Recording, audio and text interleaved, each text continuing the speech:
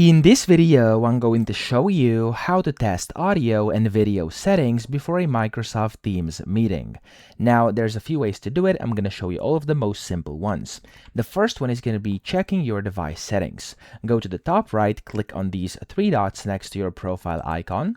And from here, you want to go into settings up here. So click on that. And then from here, you want to go to devices over here on the left. And then from here, you have your audio and video settings. Now you can then just go ahead and select any of these over here. You can customize these over here, etc. Okay? The same goes for video over here. That's the first way to do it.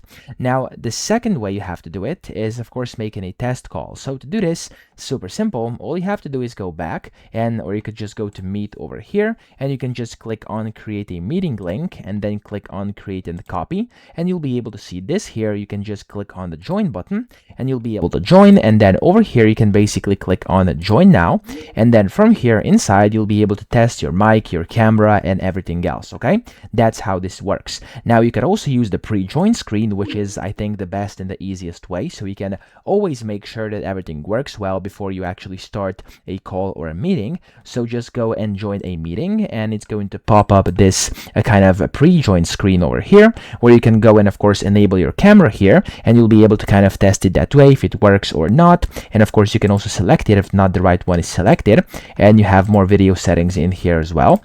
Then you have your audio. You can of course select if you want to use your microphone, then you can select the speakers you want to use, etc. And to actually test it, you can just click on test mic and speaker. You can then go ahead and basically select all your speakers. You can go and select if you can hear the sounds, etc. Okay, so that's how to do this, and of course after this you can just join the meeting and you'll be good to go with everything working flawlessly. At least I hope it will. So that's it. I hope this video helped you out. If it did, please subscribe to the channel and help me out as well.